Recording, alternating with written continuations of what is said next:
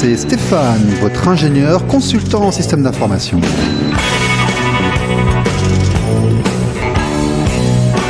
Bonjour, c'est RLP Business.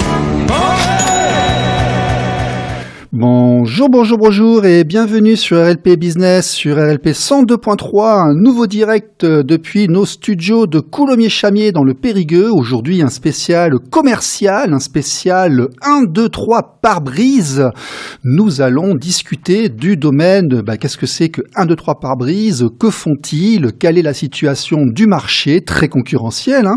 Et puis surtout, on a la chance d'avoir un commercial avec nous, un vrai de vrai, qui est passé par toutes les différentes facettes du métier. On pourra en parler.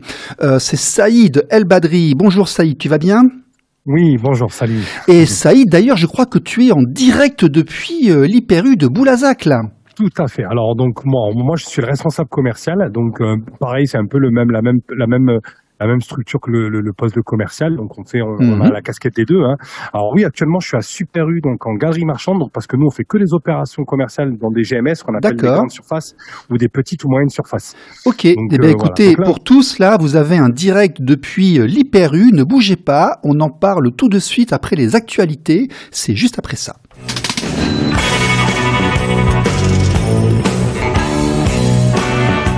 Les actualités. Actualité, dans le détail, vous savez que nous sommes toujours dans une phase de récession et de crise économique et mon petit doigt me dit qu'avec ce qui se passe actuellement et tous ces gens qui parlent de pognon partout au niveau international, ça va pas s'arranger. Alors pour nous, dans le détail, les redressements judiciaires bondissent de 52,8% sur un an, bien que les liquidations judiciaires représentent toujours plus des 2/3 au total des jugements prononcés, les jugements de liquidation et autres. Le nombre de radiations connaît lui aussi une hausse importante, plus de 75 000 entreprises ont ainsi été radiés du RCS sur la période de juillet à septembre en hausse de 21,8% sur un an. Ouais, c'est la crise, mais ça veut dire que quand c'est la crise, il y a des opportunités, je sais, on le dit souvent, tout le temps, mais en fait, ce qui est important aussi, c'est la production, c'est produire, c'est la structure, c'est gérer les ressources, mais c'est aussi vendre. Et donc, l'importance du métier de commercial, l'importance d'aller trouver sa clientèle, d'aller démarcher notre cible de manière la plus franche et directe possible. En France, sur la période 2016-2020, en moyenne, 3 millions de personnes exercent un métier du commerce, dont 13% de non-salariés et 70% dans le secteur du commerce. Alors aujourd'hui, par exemple, Saïd El Badri, qui est responsable commercial chez le 3 pare-brise dans le Périgord, là, Saïd, le métier de commercial, en fait, c'est vraiment important pour l'activité, le business en général. Exactement. Alors nous, l'avantage de ce qu'on appelle le sédentaire, parce qu'il y a, dans le commerce, il y a deux typologies. Il y a la typologie du sédentaire, celui qui attend en magasin et qui attend que le client vienne, par exemple sur l'acheteur compulsif ou l'acheteur qui a une idée bien précise de ce qu'il veut. Et ensuite, il y a notre façon à nous d'aller créer du besoin ou d'aller essayer de chercher le besoin. Nous, dans notre cas, nous, par exemple, 1, 2, 3 pare-brise, on essaie d'aller chercher l'impact de la fissure. Les gens ont tous des impacts des fissures, mais ils y pensent pas forcément. Et oui, je te concède et je te confirme bien que le métier de commercial, c'est un métier qui est tout le temps en augmentation, en recrutement. Donc les gens cherchent toujours des gens parce que pas beaucoup ne font l'affaire. On a des gros turnovers dans les sociétés parce que tout le monde n'est pas capable d'aller faire du porte-à-porte. Tout le monde n'est pas capable de faire du phoning parce que c'est dur. C'est dur. Enfin, quand je dis c'est dur, c'est-à-dire qu'il y a beaucoup d'échecs, il y a beaucoup de non. Les gens disent non. Tout le monde n'est pas intéressé à avoir quelque chose à faire, en fait, dans sa maison, ou même un projet, ou même quelque chose de bien défini. Mais par contre, oui, je te confirme que c'est un métier qui recrute tout le temps. Il y a un métier où on peut gagner beaucoup d'argent parce qu'on va chercher nos propres ventes, nos propres commissions. Donc ouais, c'est un métier qui marche bien, le commerce. Alors toi, par exemple, on s'est rencontrés, on va le dire, hein, t'étais chez Auchan, je suis passé et tu m'as attrapé par le bras et t'as commencé à me parler de manière sympa. Et quand je suis, et en revenant, on a créé connaissance et je me suis dit, effectivement, on va en parler parce que ce métier d'avoir des gens comme ça qui viennent à ta rencontre, comme ça, de manière inlassable, c'est quand même quelque chose, hein. Non n'est pas une réponse. Ce n'est pas acceptable. Et en fait, ça s'apprend et on a beau avoir des garages qui changent les pare-brises, si on n'a pas des gens comme toi qui rapatrient, qui rabattent les clients, ça marche pas, quoi. Exactement. Alors, je suis complètement d'accord avec toi et je te rejoins dans tout ce que tu viens de dire. Donc ça peut être dans nous, notre spécificité, c'est le pare-brise. Mais il y a par exemple, avant moi j'ai été dans la pompe à chaleur et la rénovation de l'habitat. Mais voilà, tout le monde n'est pas. Donc il faut être fort, il faut ne pas avoir peur d'aller vers le client. Il y a cette faculté à être sympa aussi. Mais par contre, si tu es trop réservé et que tu ne vas pas vers le client, comme un peu ce qu'on a pu vivre toi et moi, j'ai été vers toi, tu vois, j'ai eu un côté sympa avec toi. C'est ce qui m'a permis de faire connaissance, qui m'a permis de m'intéresser à ce que tu fais, toi de t'intéresser, et puis derrière, ça peut créer un projet, ça peut créer quelque chose de bien. Et là, la finalité, ça a été qu'en fait, on n'a pas perdu cette discussion, parce qu'aujourd'hui, je suis avec toi dans ton émission. Ah mais moi j'ai saisi l'opportunité, c'est moi qui ai trouvé un client. Voilà, c'est ça. Donc c'est toi qui as trouvé le client aujourd'hui, donc voilà, c'est un peu cette démarche-là. Ok, on en parle tout de suite, c'est l'invité de la semaine, c'est Saïd El Badri, d'un 2-3 pare-brise, ne bougez pas, c'est juste après ça.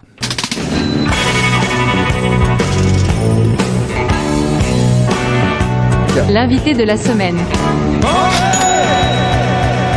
L'invité de la semaine, vous l'aurez compris, c'est Saïd El Badri, qui est responsable commercial chez 1, 2, 3 pare-brise et qui nous parle donc en direct de l'Hyper-U parce que il y avait 2 arrêts maladie, il n'a pas pu venir au studio et donc on s'adapte. Quand on est des vrais, on s'adapte à l'environnement. Saïd, qu'est-ce que c'est qu'un 2, 3 pare-brise et comment ça fonctionne? Oui, allez, dis-moi.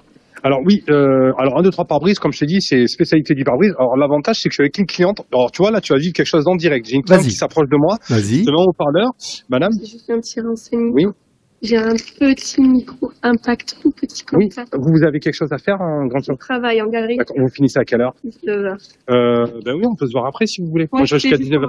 Ouais, bien sûr. Ah non, il n'y a pas de prix, c'est pris en charge. Vous êtes en champ de vision, l'impact ou C'est au milieu, en haut. D'accord. Alors, parce qu'en fait, vous avez différents impacts. Vous avez l'impact champ de vision et l'impact pas champ de vision. Mais on va le voir ça tout à l'heure, tranquillement. C'est pris en charge par les assurances. D'accord. C'est pris en charge par les assurances. C'est si élevé que ça au niveau du coût? Comment? C'est si élevé que ça au niveau du coût? Non, parce que c'est l'assurance qui couvre, tout simplement. Vous avez une assurance, vous payez une assurance. Donc, si vous avez le brise-glace, c'est pris en charge. Nous, la seule différence qu'avec les autres, c'est que nous, on paye la franchise si vous avez une franchise. Et si à côté de ça, vous avez donc une franchise élevée, on la paye aussi. Et à côté de ça, on vous fait un petit cadeau actuellement des essuie-glaces. Ouais, voilà. Non, Denise, on se voit tout à l'heure, quand vous finissez. Désolé, excuse-moi. Donc, vu que je suis hyper vite, Très bien. On a vécu en direct ton travail, on a vécu en direct ce que tu fais en fait toute la journée, quoi. Voilà, c'est ça. Donc là, j'ai une personne qui s'est approchée de moi. Alors donc notre rôle, pour revenir à ce que je te disais, donc nous, c'est d'essayer d'attraper le client. Bon là, elle s'est rendue de elle-même. Donc là, il y a un exemple hyper concret. Elle a le besoin, donc elle a un impact et elle m'a demandé un renseignement. Après, des fois, il y a des gens qui ont des impacts des fissures, mais qui oublient, qui disent bon, mais je le ferai plus tard. Ces gens-là, nous, on doit aller les chercher. Parce que tu sais que le marché s'est ouvert depuis 2015. Il y a une loi qui est sortie, c'est la loi Hamon. Tu as dû en entendre parler. C'est une loi qui permet, alors à l'époque, c'était donc ce qu'on appelait l'agréé non agréé. À l'époque, il n'y avait que des réparateurs agréés. En gros, c'était Carglass, France Pare-Brise et Mondial Pare-Brise. Donc cela travaille avec les assurances. D'accord. Sauf qu'une loi est sortie en 2015 en stipulant que le client a le droit de choisir son réparateur. D'accord. Donc le client a le droit de choisir où il veut réparer son pare-brise. Et donc d'où toutes ces sociétés qui se sont créées, comme 1, 2, 3 pare-brise. Alors il n'y a pas que nous, il y en a d'autres. Donc je peux en citer. Il y a By Glass, il y en a d'autres qui sont à Paris et donc et qui permettent aux clients de choisir leur réparateur, leur endroit où ils veulent faire réparer le véhicule. Donc nous on veut pas être agréés pour le moment. Enfin en tout cas nos patrons ne veulent pas pour le moment. Et donc, on va chercher le client en galerie marchande. Donc voilà. Donc notre rôle, c'est d'aller chercher le client en galerie marchande. D'accord. Ok. Écoute, c'est relativement clair. Donc tu as un stand. C'est ce qu'on appelle des PLV. On va expliquer d'ailleurs. Qu'est-ce que c'est qu'un PLV? Alors un PLV, j'ai pas compris ta question. Alors tu as un stand, tu as des PLV, tu as c'est ça. Oui. Voilà. Ça y est, j'ai compris. Donc en fait, un PLV, c'est un plan de publicité. En fait, en gros, c'est une publicité qu'on met. Un plan large visuel. Voilà, exactement. Et on a également des rubicules, nous, et ça permet d'avoir. Là, par exemple, nous, on a Denise Brognard, notre ambassadeur, qui est sur l'image. Il apporte confiance, il apporte sérénité. Voilà, il a voulu être l'ambassadeur de notre marque. Et derrière, on met notre petite offre du moment. Donc, ça permet d'avoir un visuel.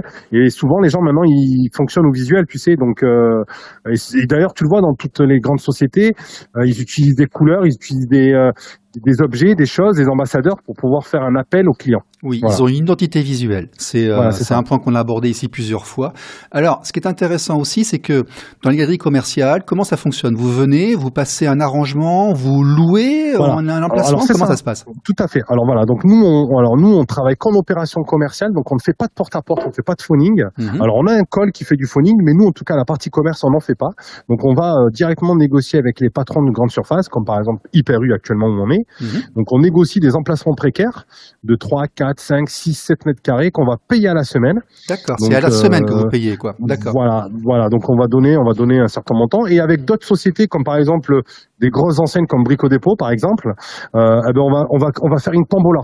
Parce que Brico Dépôt ne fait pas payer les emplacements, mais par contre, ce qu'ils font, c'est qu'ils demandent qu'on fasse quelque chose, un geste pour leurs clients. Donc on fait des tombolas, par exemple, des grandes tombolas. On achète, par exemple, 2-3 beaux objets chez eux. Donc ça peut être, par exemple, en période estivale, des salons de jardin, des barbecues. On fait un tirage au sort avec leurs clients et on offre un cadeau à leurs clients. D'accord, donc il y a deux modèles en fait. Soit tu vas voir certaines grandes surfaces et eux te disent, écoutez, vous louez l'emplacement. Voilà. C'est quel, donc, pour savoir un petit emplacement comme le vôtre, ça coûte combien à peu près à la louche, hein À la louche, je peux pas donner les chiffres exacts parce que non, c'est des tu ne choses pas qui les sont un peu chiffres exacts, mais confidentielles. tu dis les échelles. Voilà, entre les temps échelles. et Là, temps. on est à peu près, là, à peu près, par exemple, sur une grande surface comme à Leclerc, là où un Hyper U, ça coûte moins cher qu'un Leclerc parce qu'il y a D'accord. beaucoup moins de monde. Il y a on est Auchan, sur une il y a tout échelle. ça, là, ouais. Ouais, on est sur une échelle aux alentours des 400-450 euros. Pour la semaine. Pour la semaine, sur un Super U. D'accord. Sur un Leclerc, on est beaucoup plus cher. D'accord, ça veut dire qu'il faut que tu rentres une bonne dizaine de clients pour rentabiliser le truc, quoi. Ah ouais, facile. Hein. Il faut quand tu vas Oui, sur parce une qu'il y a l'emplacement et puis il y a toi et puis il y a des gens qui travaillent. ouais. Ah ouais, Eh oui, t'as c'est ça. plusieurs dizaines de. Voilà, sur une OP comme ça, au moins on doit rentrer au moins 15 jobs, 15 rendez-vous. Ça serait bien. Ouais, tout à Si fait. on fait 15, on est bien. Ouais, si tu fais 15, tu commences à engranger un peu, ouais. OK. Voilà, parce qu'avec deux, tu rembourses, avec 4, tu rembourses la galerie et tu payes le commercial qui est sur le stand. D'accord. On va dire 4, 5 à peu près, facile, parce qu'un pare-brise, ça coûte entre 800 et 1000 euros. Mhm. Donc ça rembourse un peu. Après, t'as les marges, faut payer. Bien donc sûr, tout hein. ça Il y se a les calcule. taxes et tout, bien sûr. Ouais. Voilà, c'est ça. Et donc ça va vite. Voilà. OK. Et tu as d'autres magasins, par contre, qui marchent de manière différente. Ils te disent, alors vous venez gratos, mais vous faites des cadeaux à nos clients. Voilà, en gros, c'est-à-dire que c'est une négociation, on fait une tombola, D'accord. ils participent et puis à la fin on fait un tirage. Alors là, par exemple, le dernier Brico Dépôt qu'on a fait à Brive, on a offert deux grosses mallettes d'outils qui coûtent très très cher. Et ça a fait plaisir aux clients. On a fait un jeu sympathique avec les chefs de Brico Dépôt et ça amuse tout le monde et ça fait participer, quoi. D'accord. Et après, sur Périgueux et autres, où sont les garages qui remplacent les pare-brises? Alors nous on a deux centres. Alors tu parles de nous, hein, donc bien entendu. Alors on a deux centres. On a un centre à Périgueux-Marsac, donc qui se trouve juste derrière la boulangerie Marie-Ange. Le chef de centre c'est Nicolas. D'accord. Et il y a Alexis, donc technicien vitrage, qui bosse avec lui. D'accord. Et on a à Brive Franz qui est le chef de centre avec Saad, donc un nouveau technicien vitrage. Donc et on a plus de 15, donc là on est monté à 15 centres dans toute la Nouvelle-Aquitaine. On a installé à Florac, on a installé à Limoges, à Angoulême, à La Rochelle, à Mont-de-Marsan, Dax, Bayonne. Donc tous ces emplacements-là sont bien pris et on a l'objectif d'arriver à beaucoup plus. Alors je suppose qu'à Marsac, les gens peuvent y aller sans prendre rendez-vous ou sans passer par toi. Hein. Exactement, donc ils peuvent passer par le drive. Alors l'idée c'est de passer par moi parce que Bien moi ça me fait bosser, ou par mes animateurs. Donc c'est-à-dire l'idée c'est d'attendre qu'on soit, ou alors quand les gens nous croisent dans les galeries, qu'ils viennent nous voir. Nous, actuellement, on a des super offres en plus. Et si tu veux, j'en parlerai après si tu m'en laisses l'occasion. Mais l'idée, oui, ils peuvent aller bien entendu aussi en centre. Il y a ce qu'on appelle le drive. Ils passent, ils prennent rendez-vous directement sur place. Alors, parce qu'on va au niveau du commercial qui est actuellement en galerie commerciale. Voilà. Pour les gens, quel est l'intérêt de passer par toi? Est-ce que passer par toi, c'est mieux? Ah ben oui, parce que en passant par moi, ils peuvent aller au centre, c'est pas un problème. Oui, tout à fait. En gros, mais le fait d'aller au centre, ça va. Peut-être qu'ils habitent à Tréissat, donc ça va leur faire traverser la ville, ça va peut-être un peu. Alors que s'ils nous voient, par exemple, à Leclerc ou à Super U et qu'ils attendent de nous voir, alors faut y aller, faut aller en drive, c'est pas un problème. Mais en passant par moi, je leur montre le dossier de A à Z. D'accord, donc tu leur fais administratif à l'avance. Voilà, je leur mets l'administratif. Et c'est comme ça que au garage, ils savent que c'est toi qui a fait avant. Donc ils font la Exactement. relation entre le client et toi, parce que voilà, ce que je me demander, parce que tu leur envoies les clients, mais comment ils savent que le référencement, le référentiel, voilà. Bien sûr. D'accord. Ça, Donc, c'est une, et oui. ça, c'est une très bonne question. Très bonne question. Ah oui, Alors tout à oui. fait, ouais. Mais là, t'as tapé dans le mille. Nous, on remplit ce qu'on appelle un bordereau, donc, de réception de clients, donc, qu'on a en stand. Donc, on prend les coordonnées, nom, prénom, plaque d'immatriculation, typologie d'assurance. Voilà.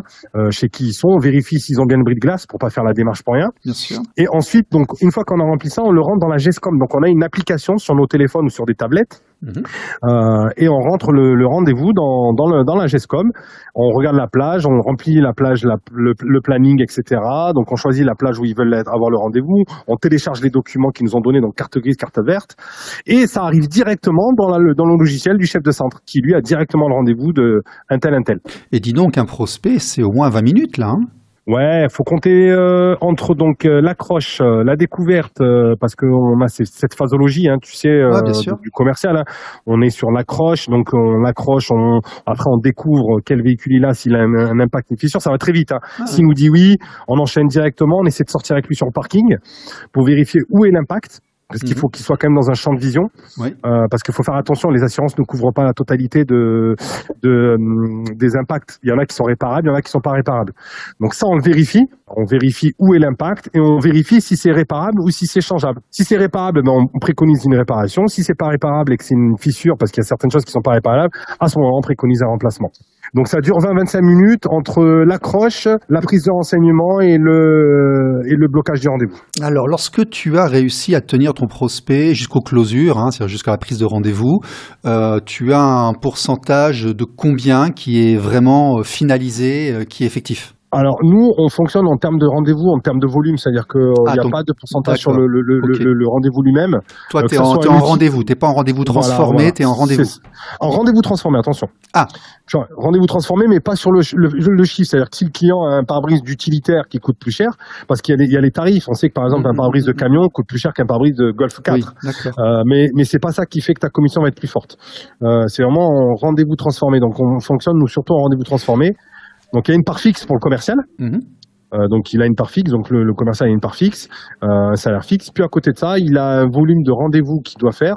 S'il atteint ce volume, par exemple, donc nous on est sur une base d'une trentaine de rendez-vous pour le commercial, il a une certaine prime, etc., ainsi de suite. Et ça peut faire de très très beaux salaires. Et sur la prise de rendez-vous que tu as, combien sont effectifs? Tu as un taux de perte? Alors on a le droit. Alors non, mais c'est pas toi, tu es pour rien, quoi. Mais je veux dire, dans les statistiques, dans les statistiques. Ah oui, mais de toute façon, c'est ce que demande la société. Nous, la société nous demande d'avoir un taux de perte qui est quand même normal. Donc, on nous demande d'avoir 20%. T'en as quand même 1 sur 5 qui font tous les papiers, tous les dossiers et tout, et qui n'y vont pas.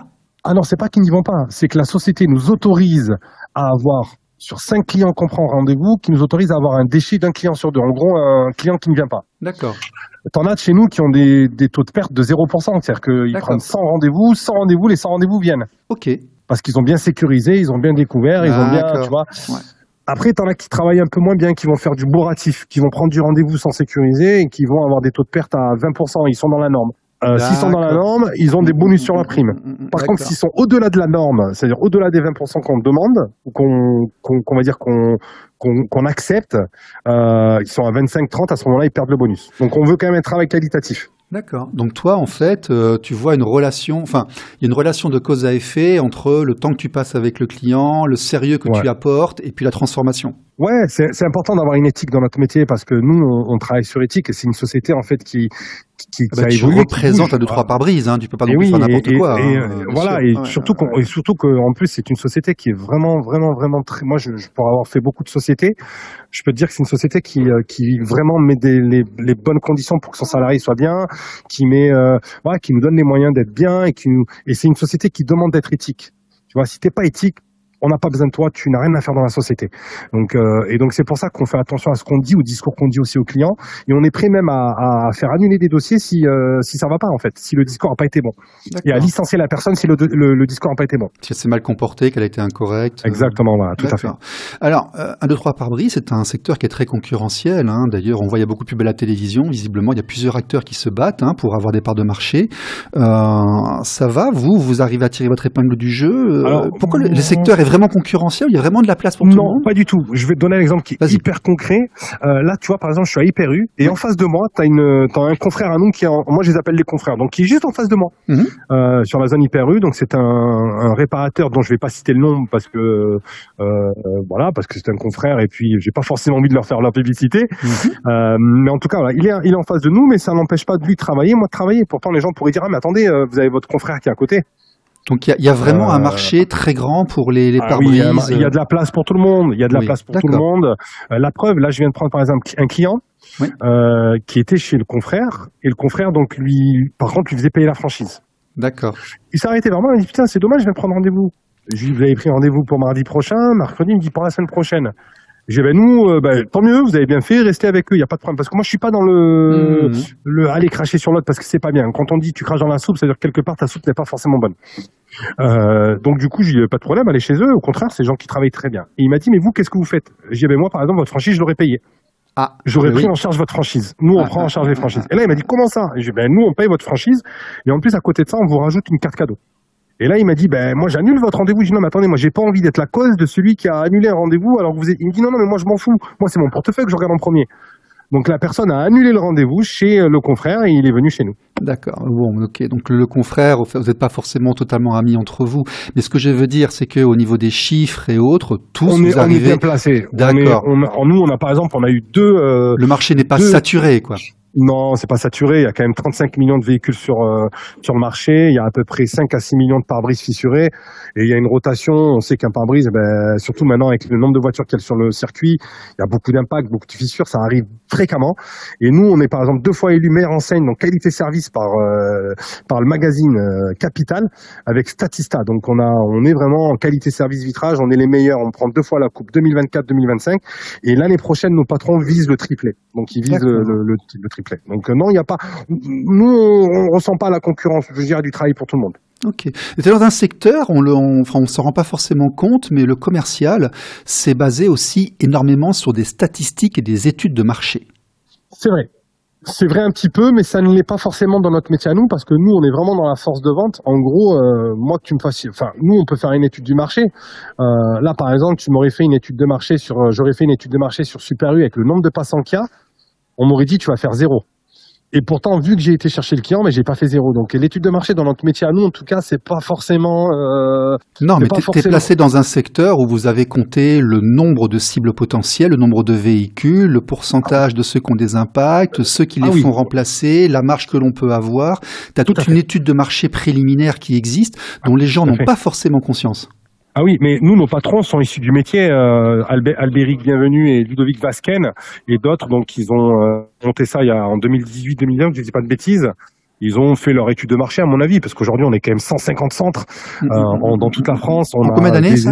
Ils ont fait ça, là, on est en 2025, je crois, en 6-7 ans. Je ne vais pas dire de bêtises, à peu près environ 6-7 ans. Et il y a un centre qui ouvre tous les 15 jours. Donc, mais de toute façon, comme j'ai toujours dit, moi, quand tu travailles proprement et que tu fais les choses dans l'éthique, tu peux que grandir. Non, mais c'est intéressant de voir qu'en période de récession où tu as énormément de boîtes qui ferment, beaucoup qui passent par les 3 ans et autres, tu as quand même des enseignes qui arrivent à se développer avec des gens dedans qui disent c'est bon, on mange bien, on est bien traité et autres. C'est intéressant à dire quand même. Nous, chez nous, il y a, je vais pas dire de bêtises, j'ai pas les chiffres exacts, mais je crois que on est aux alentours des 900 salariés. Entre l'administratif, le commerce, le technique, la comptabilité, le RH, on est quand même 900 salariés quasiment, je crois. Donc c'est quand même, on est une société sérieuse, société qui tient la route et société qui apporte un vrai service. Donc ça, de toute façon, moi j'ai toujours dit, quand tu es dans ces critères-là, tu peux que avoir la tranquillité. Alors Saïd El Badri, aujourd'hui chez 1-2-3 Pare-Brise, tu es à quelle position exactement? Tu m'as dit tu es... Alors moi je suis manager commercial, donc moi je m'occupe de tout le 24, de tout le 19, donc j'ai des agents qui bossent avec moi, donc des agents à moi, donc on occupe le secteur du 19 et du 24. D'accord. Tu n'as pas toujours été responsable commercial? Ouais. Alors moi ma carrière, j'ai commencé en 2002 j'ai commencé dans une enseigne qui s'appelle Huis Clos, donc le patron c'était René Bertin, et j'avais fait, c'était du porte-à-porte dans les énergies renouvelables et les ouvertures, et puis j'ai grandi là-dedans, j'ai été jusqu'à vendeur, animateur, manager, j'ai évolué à toutes les places, j'ai été jusqu'à directeur d'agence, cadre commercial, j'ai fait un peu d'encyclopédie aussi. Ah, ça, c'est une école difficile, les encyclopédies. J'en ai fait pendant 6 ans, ça aussi. J'ai été manager chez eux. Et donc, j'ai fait ça en porte-à-porte. Donc, tu avais le petit van, là, tu mettais les vendeurs en début de rue, tu leur allouais, etc. Tu les récupérais après, tu les motivais. Ouais, alors, il y a un film que je conseille aux gens qui aiment le commerce, c'est Les Portes de la Gloire. Les Portes de la Gloire avec Benoît Poelvoorde. C'est un film que je conseille. C'est un film des années 80-85. Et c'est l'histoire d'un commercial, en fait, comme ça, qui grimpe les échelons et qui vend des encyclopédies. Et moi, c'était un peu cette histoire, moi, avec Benoît Poelvoorde. Donc, j'avais, moi, des commerciaux dans le van. Je les transportais. Je travaillais avec la carte Michelin. J'avais l'ancienne carte Michelin et je déposais. Donc, on faisait rue par rue, porte à porte, quartier par quartier. Et on allait vendre des cartes d'abonnement pour les bouquins. Donc, j'ai fait ça pendant 6 ans. Très formateur et franchement, j'ai appris beaucoup de choses dans ce métier-là. Tu as fait une formation, tu es allé à l'école, tu as fait des trucs ou tu as commencé Moi, j'ai fait des études de comptabilité. J'ai fait des études de comptabilité, j'ai fait BEP, bac compta et je viens pas du tout du cursus vente. J'ai atterri là-dedans par un concours de circonstances, une opportunité, le flair, et puis une fois que j'ai mis le pied dedans, j'en suis jamais ressorti, et jusqu'à aujourd'hui, c'est un métier qui me plaît. J'ai trouvé ma voie. D'accord. Comment est-ce que tu repères déjà vous recrutez, je suppose? Ouais, alors nous on recrute tout le temps actuellement, on recrute des animateurs. Alors actuellement sur Périgueux-Nord, parce que j'ai chargé les équipes, elles sont complètes, mais dans les prochaines semaines, je vais être amené à recruter. Et on recrute, oui, actuellement, on a beaucoup de recrutements sur tout le territoire français. On recrute des techniciens vitrage, on recrute des chefs des centres, on recrute des managers aussi, avec quand même une expérience. On recrute, ouais. Vraiment, c'est une société qui est en plein recrutement actuellement et qui est en mouvement et qui ne cesse de se développer. Alors, première question, les gens qui veulent aller à 1, 2, 3 pare-brise et qui veulent postuler, comment ils font? Alors, c'est hyper simple. On a un site, donc on peut passer par plusieurs structures. On a HelloWork, par exemple, c'est une application HelloWork, donc c'est comme un peu Météo Job. Donc il y a des offres, donc ils téléchargent leur CV, ils l'envoient, ou alors directement sur le site 1, 2, 3 pare-brise recrutement. Et là, ils sélectionnent leur ville où ils cherchent des emplois, et ils voient ce qui est disponible. Et en fonction de ce qui est disponible, ils postulent. D'accord. Ensuite, une question pour toi en tant que spécialiste. Quand tu as un candidat en face de toi, comment est-ce que tu sais que c'est le bon commercial, la bonne personne qu'il te faut? Quels sont tes critères? Les critères, c'est les personnes qui se posent pas de questions, en fait. Si on commence à être... aujourd'hui, on vit dans un monde qui a complètement changé. Moi, je me rappelle, il y a 20 ans, quand on recrutait, ou quand moi j'avais été recruté, on se posait pas de la question de savoir s'il y avait un fixe, ou s'il y avait une voiture de fonction. On disait, voilà, tu vas aller taper des portes, il n'y a pas de fixe, tu travailles, tu payes qu'à la commission. On y allait, on se posait pas de questions. Aujourd'hui, j'ai l'impression que la nouvelle génération d'aujourd'hui, il leur faut le beurre, la crémière, je sais pas si tu vois ce que je veux dire, mais en fait, il leur faut tout. Nous, l'avantage dans cette société, c'est qu'on donne beaucoup de choses. Ils donnent beaucoup de choses, un fixe, une voiture de fonction, tout ça. Donc nous, ce qu'on demande, c'est juste un minimum de volonté, un minimum d'envie. La première chose que je regarde, moi, lors d'un entretien, c'est de savoir si elle est prête à tout pour avoir ce poste. Et comment tu sais? Ah, d'accord, ok, tu regardes la motivation. La motivation, ouais. Est-ce qu'elle est prête à faire pour rentrer chez nous? En gros, quand je dis ce qu'elle est prête à faire, c'est comment dire, est-ce que dans certaines limites quand même, je suppose, hein, bien sûr. Hein, oui. Comment? Dans certaines limites, évidemment, hein, je suppose. Non, attention, quand je dis ce qu'elle est prête à faire, c'est dans le métier, c'est-à-dire qu'en gros, qu'est-ce qu'il est prêt à faire? C'est-à-dire que s'il est en galerie marchande, est-ce que le fait de se prendre des refus, est-ce que ça va lui poser problème? Est-ce que le fait que les gens disent non, je n'ai pas de pare-brise, est-ce que la résistance à l'échec? Ouais, je comprends. Ouais. Tu vois, est-ce que le fait qu'on lui dise non des fois toute la journée, parce que c'est dur, hein, on te dit non toute la journée, j'ai pas d'impact, à un moment donné, la personne elle peut exploser, elle peut dire putain j'en ai marre moi. Donc ça aussi là, est-ce que je vais regarder la résistance à l'échec? Ouais. C'est important. Ouais. Et comment tu fais pour évaluer ça? Alors nous, on met en situation. On va mettre en situation. Par exemple, alors nous, là, je te parle avec un truc qui est hyper concret. C'est notre société. Il faut que je te parle d'un élément qui est. Alors, Il te reste 20 secondes. Il te reste 20 secondes. Nous, on fait de la journée découverte. Vas-y. Donc on l'a fait venir. C'est une journée d'observation où on l'a fait venir. On l'engage pas. Nous, on s'engage pas avec elle et elle s'engage pas avec nous. Et on voit comment elle réagit vis-à-vis du client, tout simplement. Ok. Bon, écoute, c'était Saïd El Badri, qui était commercial chez 1-2-3 Pare-Brise, en direct de l'Hyper U de Boulazac. Écoute, Saïd, merci beaucoup d'avoir pris une demi-heure pour nous. Je sais que tu es à fond là-bas.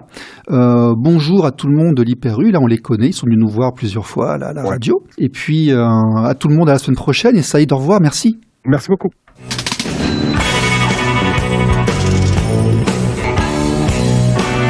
RLP Business. RLP. Radio libre en Périgord.